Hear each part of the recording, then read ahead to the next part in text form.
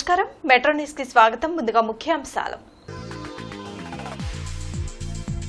నకిలీ విత్తనాలు, ఎరువులు అమ్మేవారు పట్టుబడితే కఠిన చర్యలు హెచ్చరించిన కేంద్ర సహాయ మంత్రి పెమ్మసాని చంద్రశేఖర్.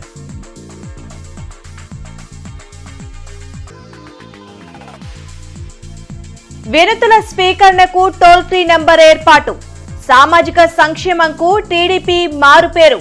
పార్టీ అధ్యక్షులు పల్లా శ్రీనివాసరావు వెల్లడి.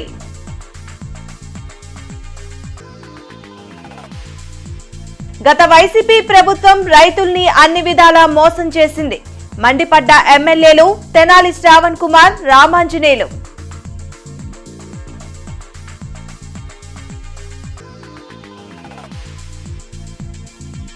ప్రపంచంతో పోటీ పడాలంటే కమ్యూనికేషన్ స్కిల్స్ చాలా అవసరం. ఎమ్మెల్యే గల్లా మాధవి సూచన.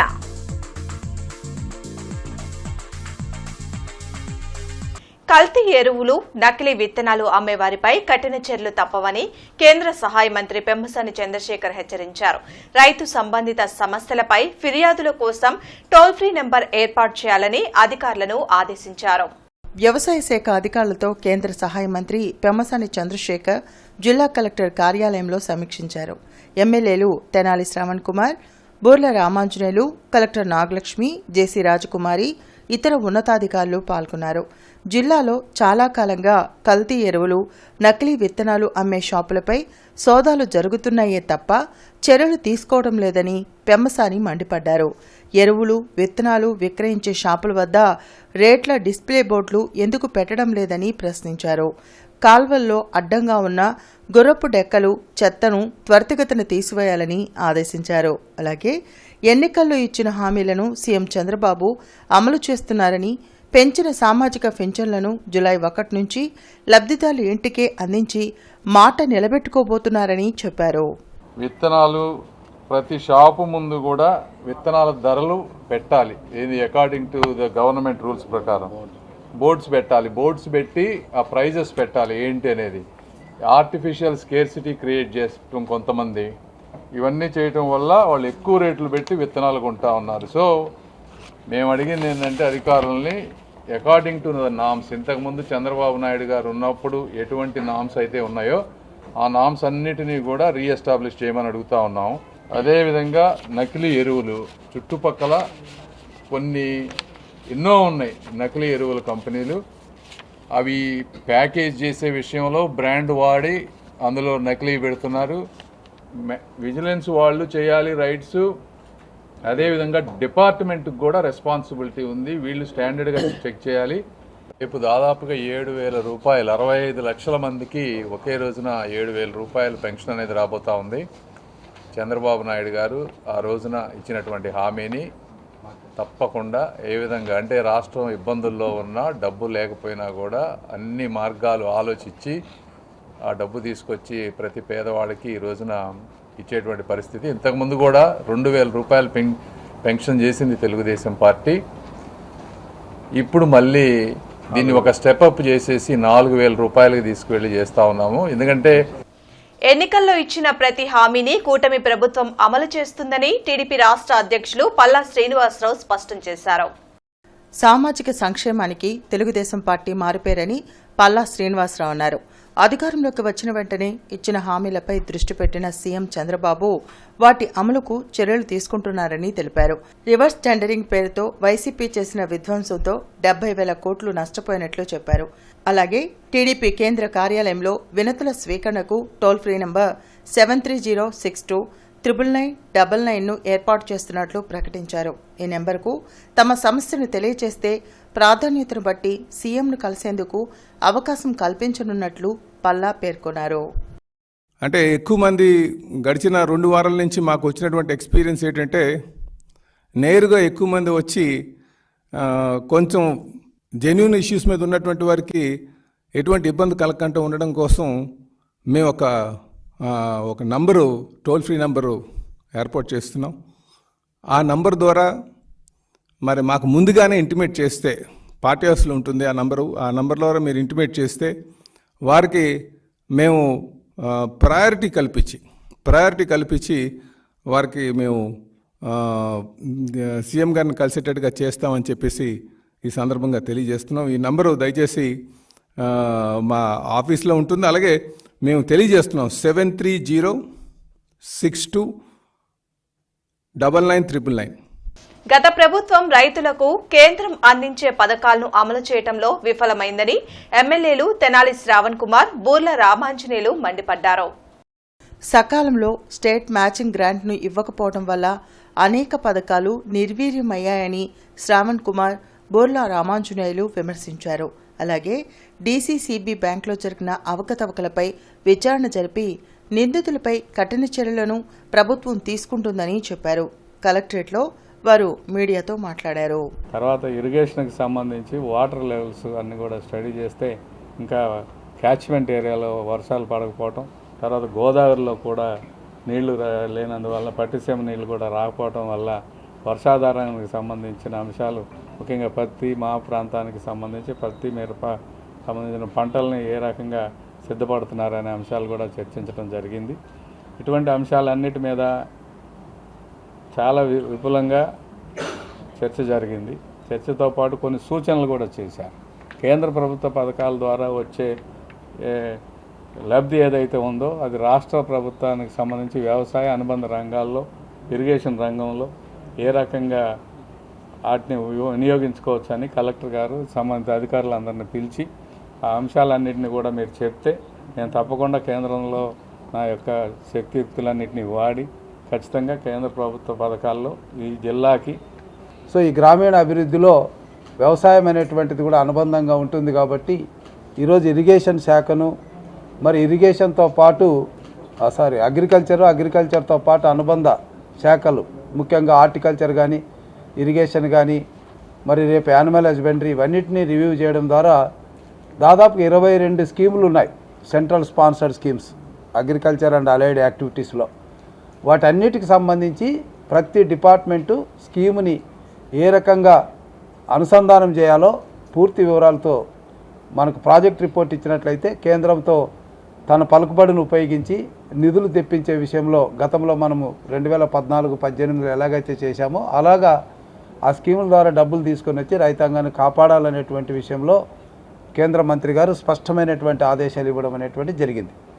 ముఖ్యంగా రైతాంగానికి నష్టం జరిగినప్పుడు దేశంలో ఏ ముఖ్యమంత్రి చేయని విధంగా సామాజిక పెన్షన్లను పెంచి లబ్ధిదారులకు అందిస్తున్న ఘనత సీఎం చంద్రబాబుదని ఎమ్మెల్యే బూర్ల రామాంజనేయులు అన్నారు. గుంటూరులోని ప్రతిపాడు నియోజకవర్గ టీడీపీ కార్యాలయంలో ఎమ్మెల్యే రామాంజనేయులు మీడియాతో మాట్లాడారు. ఎన్నికల్లో ఇచ్చిన హామీ మేరకు జూలై 1న సామాజిక పెన్షన్ను లబ్ధిదారుల ఇంటికి వద్దనే పంపిణీ చేసేందుకు సీఎం చంద్రబాబు తీసుకున్న నిర్ణయం హర్షణీయమని అన్నారు. 4,000 రూపాయలతో పాటు ఏప్రిల్, మే, జూన్కు సంబంధించి పెంచిన 1,000 రూపాయలతో కలుపుకొని 7,000 రూపాయలను లబ్ధిదారులు అందుకుంటారని వివరించారు. వైసీపీ నేతల ఒత్తిడితో అనర్హులను పెన్షన్ లబ్ధిదారులుగా చేర్చారని, వారిని గుర్తించి తొలగించాలని అధికారులను ఎమ్మెల్యే ఆదేశించారు. ఎలక్షన్ మేనిఫెస్టోలో ఏదైతే హామీ ఇచ్చామో ఆ హామీ మేరకు ఏప్రిల్ నెల నుంచే పెంచినటువంటి పెన్షన్ 1,000 రూపాయలు కలుపుకొని ఏప్రిల్, మే, జూన్ 3 నెలలకు 3,000 రూపాయలు కలుపుకొని జూలై పెన్షన్ 4,000 మొత్తం 7,000 రూపాయలు రేపు 1వ తేదీ నుంచి ఇవ్వడం అనేటువంటిది చంద్రబాబు నాయుడు గారు ఇచ్చినటువంటి మాటను నిలబెట్టుకునేటటువంటి ముఖ్యమంత్రిగా ఆయన చరిత్రకి ఎక్కబోతున్నాడు. మా దృష్టిలో ఎలక్షన్కు ముందు ఇబ్బడి ముబ్బడిగా అనర్హులందరినీ కూడా వైసీపీ నాయకులు పెన్షన్దారులుగా చేర్చడం అనేటువంటిది కూడా జరిగింది. చాలా రకాల కంప్లైంట్స్ వస్తున్నాయి. అనర్హులుగా ఉన్నటువంటి వైసీపీ లబ్ధిదారులు ఎవరైతే చేర్చారో వాళ్ళకి కన్నా మీరు ఇచ్చినట్లయితే ఇబ్బందులు ఫేస్ చేయాల్సి వస్తుంది. ఇచ్చిన మాట ప్రకారం ఒకేసారి సామాజిక పెన్షన్ 1,000 రూపాయలు పెంచి లబ్ధిదారులకు ఇస్తున్న ఘనత సీఎం చంద్రబాబుదని మాజీ ఎమ్మెల్యే కొమ్మాలపాటి శ్రీధర్ అన్నారు. ఒక సీఎం లబ్ధిదారుల ఇంటికి వెళ్లి సామాజిక పెన్షన్ ఇవ్వటం దేశ చరిత్రలో ఇదే మొదటిసారని కొమ్మాలపాటి శ్రీధర్ చెప్పారు. పండుగ వాతావరణంలో జూలై 1న సామాజిక పెన్షన్ల పంపిణీ జరుగుతుందన్నారు. మరి పంచడం అనేది స్వయాన తానే లబ్ధిదారుల దగ్గరికి వెళ్లి పింఛన్ అనేది ఇవ్వడం అనేది కూడా ఈ యొక్క రాష్ట్ర చరిత్రలో ఒక సువర్ణాధ్యాయంగా మనం ఆలోచించాల్సిన పరిస్థితి. దాంతో పాటు నాయకులందరూ. దీంతో పాటు ఈరోజు పోలవరాన్ని మరి నాశనం చేసి 5 సంవత్సరాలు మరి ఈ రోజుకి ఎలా ఉండాల్సిన పరిస్థితి, ఏ విధంగా మాట తప్పారు అనేది కూడా గత ప్రభుత్వం ఒకసారి ప్రజలు ఆలోచించుకోవాల్సిన పరిస్థితి. తోటి ఎక్కడా ఇబ్బంది లేకుండా మరి పరిశ్రమల్లో మరి అన్నిటి మీద పరిశీలన అనేది చేయిస్తూ ముందుకెళ్తున్న ప్రభుత్వం ఈ కూటమి ప్రభుత్వంలో కూడా మనం ఒకసారి ఆలోచించాలి. ప్రతి విషయంలోనూ అమరావతి విషయంలో కూడా అమరావతిని అడవిపోలు చేశారు. మరి ఈరోజు దాన్ని ఒక గాడిలో పెట్టడం కోసం ప్రయత్నాలు జరుగుతూ ఉన్నాయి. ఎపెక్స్ ఇన్స్టిట్యూట్ ఆఫ్ ఇంగ్లీష్ 28వ వార్షికోత్సవ వేడుకలు ఘనంగా జరిగాయి. బ్రాడీపేటలోని ఎపెక్స్ ఇన్స్టిట్యూట్ లో నిర్వహించిన ఈ కార్యక్రమంలో ఎమ్మెల్యే గల్లా మాధవి, చిన్మయ మిషన్ కడప అధ్యక్షులు స్వామి తురియానంద సరస్వతి పాల్గొన్నారు. విద్యతో పాటు కమ్యూనికేషన్ స్కిల్స్ పెంపొందించుకుంటేనే విద్యార్థులు ఉన్నత శిఖరాలు అధిరోహించవచ్చని ఎమ్మెల్యే గల్లా మాధవి అన్నారు. బ్రాడీపేటలోని ఎపెక్స్ ఇన్స్టిట్యూట్ ఆఫ్ ఇంగ్లీష్ 28వ వార్షికోత్సవ వేడుకలు 50వ బ్యాచ్ పాస్అవుట్ కార్యక్రమంలో ఆమె పాల్గొన్నారు. ఇంగ్లీష్ కమ్యూనికేషన్ స్కిల్స్ ను విద్యార్థులు పెంపొందించుకోవాల్సిన అవసరం ఉందని MLA Galla Madhavi institute director Nageswararao తెలిపారు. నాగేశ్వరరావు గారు చాలా సమర్థవంతంగా ఎంతమంది విద్యార్థుల్ని వారి కాన్ఫిడెన్స్ లెవెల్స్ని పెంచుతూ సమాజంలో ఈరోజు ఇంగ్లీష్కున్న ఔన్నత్యాన్ని వారిలో నింపుతూ ఎక్కడికి వెళ్ళినా ఏ సుదీర ప్రాంతాలకు వెళ్ళినా కూడా యావత్ ప్రపంచంలో ఈరోజు ఇంగ్లీష్ ఎంతో ముఖ్యమైపోయిన పరిస్థితుల్లో పిల్లల్లో, అది కూడా సామాజిక వర్గాల నుంచి చాలా తక్కువ స్థాయి నుంచి వచ్చిన పిల్లలకి సహజంగానే వారికి ఆత్మ న్యూన్యత ఎక్కువగా ఉంటుంది. అలాంటివి బయట వేస్తూ వాళ్ళ పర్సనాలిటీని డెవలప్ చేస్తూ ఇంగ్లీష్ అనేది చాలా సర్వసాధారణమైన ఒక లాంగ్వేజ్ మాత్రమే అని వారిలో ఒక ఉత్సాహాన్ని నింపుతూ, కాన్ఫిడెన్స్ని నింపుతూ ఈరోజు ఎందరో విద్యార్థుల్ని ఆయన ఒక అద్భుత శిల్పుల్లాగా తయారు చేసి సుదీర ప్రాంతాలకి, దేశ విదేశాలకి వారు కాన్ఫిడెంట్గా వారి వ్యాపారంలో లేకపోతే వారి ఉద్యోగరీత్యా వెళ్ళే అంత అవకాశాన్ని వాళ్ళకి కల్పిస్తూ ఆయన దీంట్లోనే ఒక మహర్షిగా తయారయ్యారు. మా పూర్వ విద్యార్థులే ఇక్కడ ముఖ్య అతిథులుగా ఇక్కడికి రావటం, చాలా ఉన్నతమైన స్థితి చేరుకున్న మా స్టూడెంట్స్ ఇలా గెస్ట్లుగా ఇన్వైట్ చేయడం నాకు చాలా సంతోషంగా ఉంది. ఏ విద్యార్థిలో ఎవరైతే మంచి భావాలతో పాటు మంచి భాష, మంచి వ్యక్తీకరణ శక్తి సామర్థ్యాలు పెంపొందించుకుంటారో వాళ్ళే ఈరోజు సమాజంలో ఉన్నతమైన వ్యక్తులుగా గుర్తింపబడతారు, గౌరవింపబడతారు, జీవితం ఆనందమయం చేసుకోగలరు. మనం ఇవాళ చూస్తుంటే ఎలా ఉందంటే, నేషనల్ స్పోకెన్ ఇంగ్లీష్ ఇన్స్టిట్యూట్ రిపోర్ట్లో సర్వే ప్రకారం ఏం తెలియదంటే, ఈ స్కిల్స్ పరంగా ప్రతి సంవత్సరం 6 లక్షల మంది ఇంజనీరింగ్ గ్రాడ్యుయేట్స్ వేరియస్ కాలేజెస్ నుంచి బయటకు వస్తున్నారు.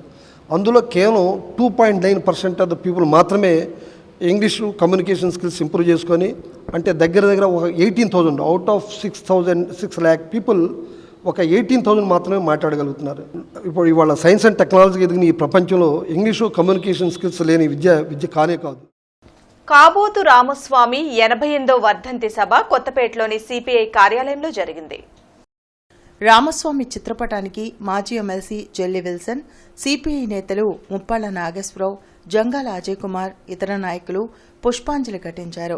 కార్మికుల హక్కులను కాపాడేందుకు కాబోతు రామస్వామి అనేక పోరాటాలు చేశారని జెల్లి విల్సన్ గుర్తు చేశారు.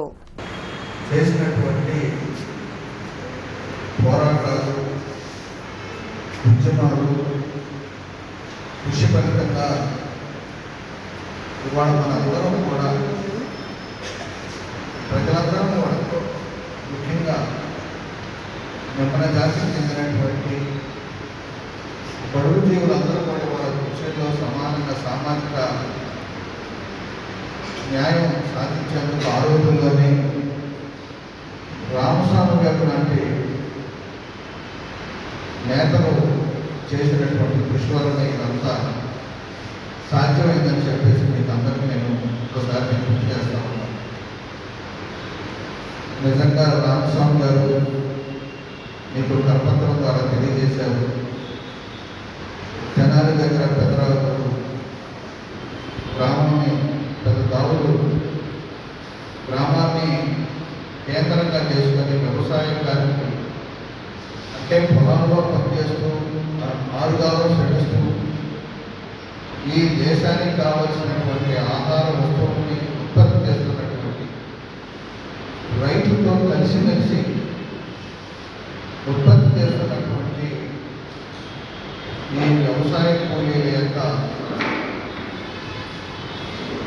జీవన పరిస్థితుల మీద ఆయన చేసినటువంటి ఉద్యమాలు మనం ఒకసారి సందర్భంగా గుర్తు చేసుకోవాలి.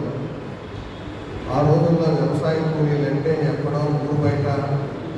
మానవతా స్వచ్ఛంద సేవా సంస్థ గుంటూరు వార్షిక సర్వసభ్య సమావేశంతో పాటు నూతన కార్యవర్గ ప్రమాణ స్వీకారోత్సవం, విద్యానిధి ప్రారంభోత్సవ కార్యక్రమం జరిగింది. బృందావన్ గార్డెన్స్ లోని బాలాజీ కళ్యాణ మండపంలో నిర్వహించిన ఈ సమావేశంలో హైకోర్టు మాజీ న్యాయమూర్తి జస్టిస్ కేజీ శంకర్తో పాటు జనచైతన్య వేదిక రాష్ట్ర అధ్యక్షులు వల్లంరెడ్డి లక్ష్మణ్ రెడ్డి, మానవతా స్వచ్ఛంద సేవా సంస్థ ప్రతినిధులు పాల్గొన్నారు. సమాజ హితం కాంక్షిస్తూ మానవతా స్వచ్ఛంద సంస్థ చేస్తున్న సేవా కార్యక్రమాలు అభినందనీయమని లక్ష్మణ్ రెడ్డి అన్నారు. విభిన్న మతాలు, కులాలు, భాషలు, సంస్కృతి, ఆచారాలు, సాంప్రదాయాలు, నైసర్గిక స్వరూపాలున్న ఒక గొప్ప దేశం. అందులో ఒక భావజాలం, ఒక దృక్పథం, ఒక ప్రాచీన భావజాలాన్ని మాత్రమే మానవత ముందుకు తీసుకెళ్తే అందరినీ మనం కలుగుతారు. మానవత అంటే మానవత్వం కోసం ఏర్పడిన సంస్థగా భావిస్తారు. మానవత అంటే అట్టడుగు వాళ్ళకి ఉపయోగపడే సంస్థగా భావిస్తారు. మానవత అంటే భారతదేశంలో అసమానతలు తగ్గించి అతి అట్టడుగున్న వారిని చేయబట్టి పైకి లేకుండా ఉండే సంస్థగా భావిస్తారు. ఇటీవలనే వరల్డ్ ఇన్ఈక్వాలిటీ ల్యాబ్ అని ఆ సంస్థ ప్రపంచంలో అసమానతలు ఎలా ఉన్నాయి అని ఒక నివేదిస్తే అత్యధిక అసమానతలు ఉన్న దేశం భారతదేశం. ప్రైవేట్ టీచర్స్ లెక్చరర్స్ ఫెడరేషన్ జిల్లా స్థాయి మొదటి సమావేశం గుంటూరులో జరిగింది. ప్రైవేట్ టీచర్లు, లెక్చరర్లు ఎదుర్కొంటున్న సమస్యలపై చర్చించారు. ప్రభుత్వం ప్రైవేటు టీచర్లు, లెక్చరర్ల సంక్షేమం కోసం ప్రత్యేక కార్పొరేషన్ ఏర్పాటు చేసి ఆదుకోవాలని ఫెడరేషన్ గౌరవాధ్యక్షులు సుబ్బారెడ్డి, ప్రత్యూష సుబ్బారావు కోరారు. కొత్త ప్రభుత్వం ముందు ప్రైవేట్ టీచర్స్, లెక్చరర్స్ యొక్క కనీస డిమాండ్లు కొత్త ప్రభుత్వం ముందుంచి డిమాండ్ల సాధనకి ఒక కార్యాచరణ రూపొందించాలి అనే లక్ష్యంతో ఈరోజు ఈ సమావేశం జరుగుతూ ఉంది. ప్రభుత్వం ఇప్పటికే ఇచ్చిన జీవోలు అమలు చేయాలని, జీవోల రూపంలో లేని కనీస హక్కులు ఈఎస్ఐ, అలాగే ప్రైవేట్ టీచర్స్కి ఏదైనా ఒక కార్పొరేషన్ లాంటిది ఏర్పాటు చేసి వాళ్ళ జీతభత్యాలకు కానీ కనీస రక్షణ, కరోనా లాంటి కష్టకాలంలో ప్రైవేట్ టీచర్స్ పడిన ఇబ్బందులు మరొకసారి పడకుండా వాళ్ళకు ఒక ప్రత్యేకమైనటువంటి కార్పొరేషన్ల లాంటి ఏర్పాటు చేసి వాళ్ళని రక్షించే మెజర్స్ ఏర్పాట్లు ఏమైనా తీసుకోవాలనేటువంటి డిమాండ్లు కూడా రూపొందిస్తున్నాం.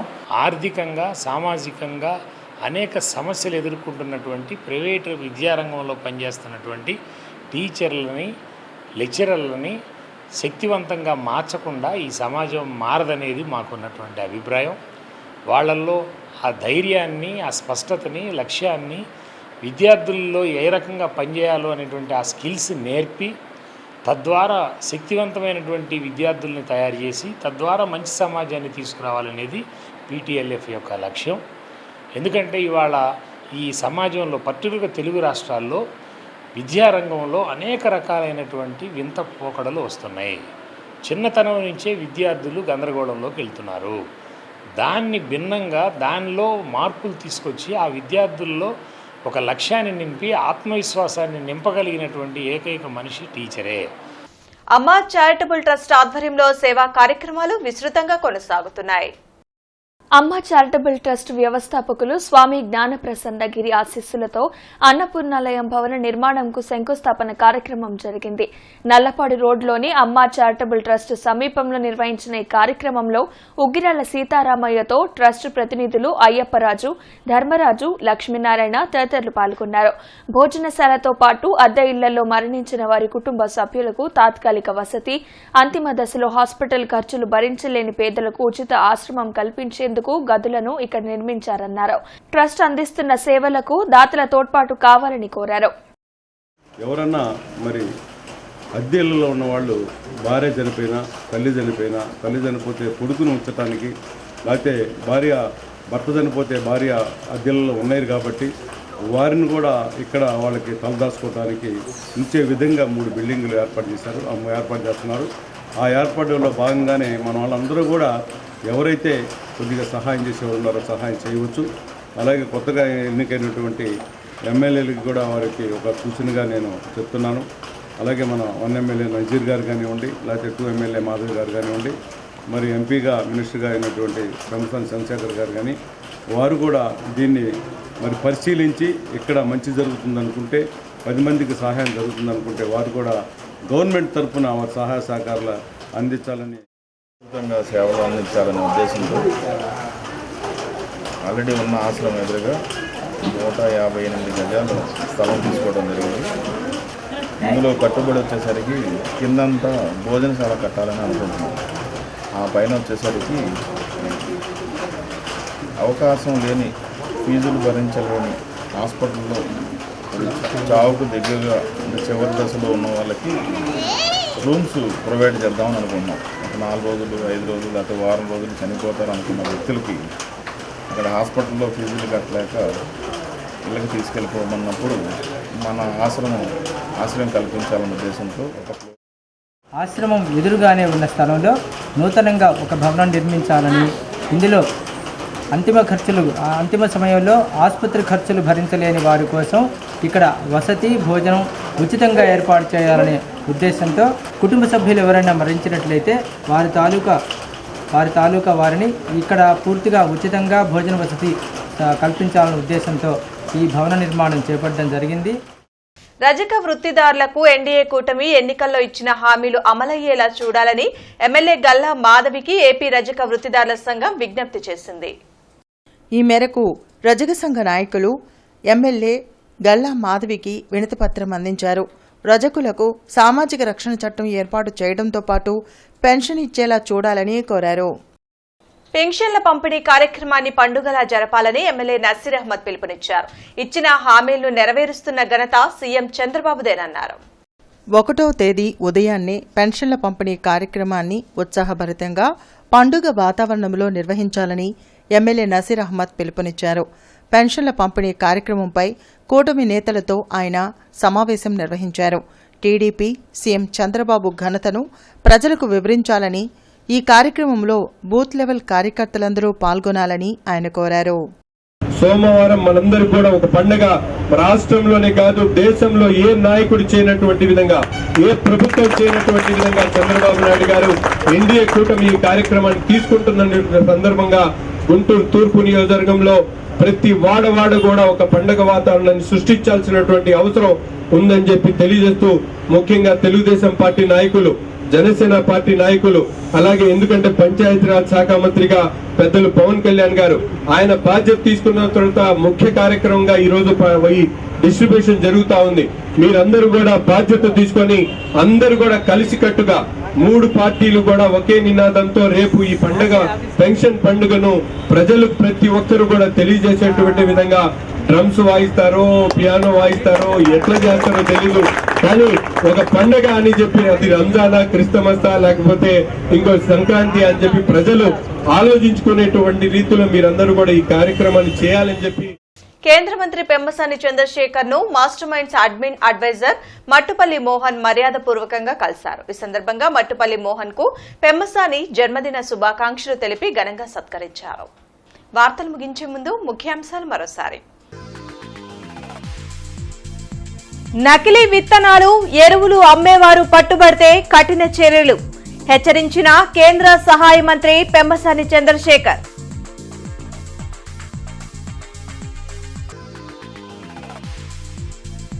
వినతుల స్వీకరణకు టోల్ ఫ్రీ నంబర్ ఏర్పాటు, సామాజిక సంక్షేమంకు టీడీపీ మారుపేరు, పార్టీ అధ్యక్షులు పల్లా శ్రీనివాసరావు వెల్లడి.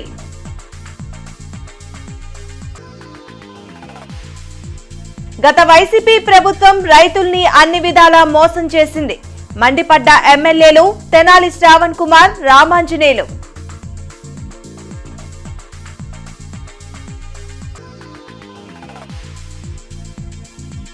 ప్రపంచంతో పోటీ పడాలంటే కమ్యూనికేషన్ స్కిల్స్ చాలా అవసరం, ఎమ్మెల్యే గల్లా మాధవి సూచన.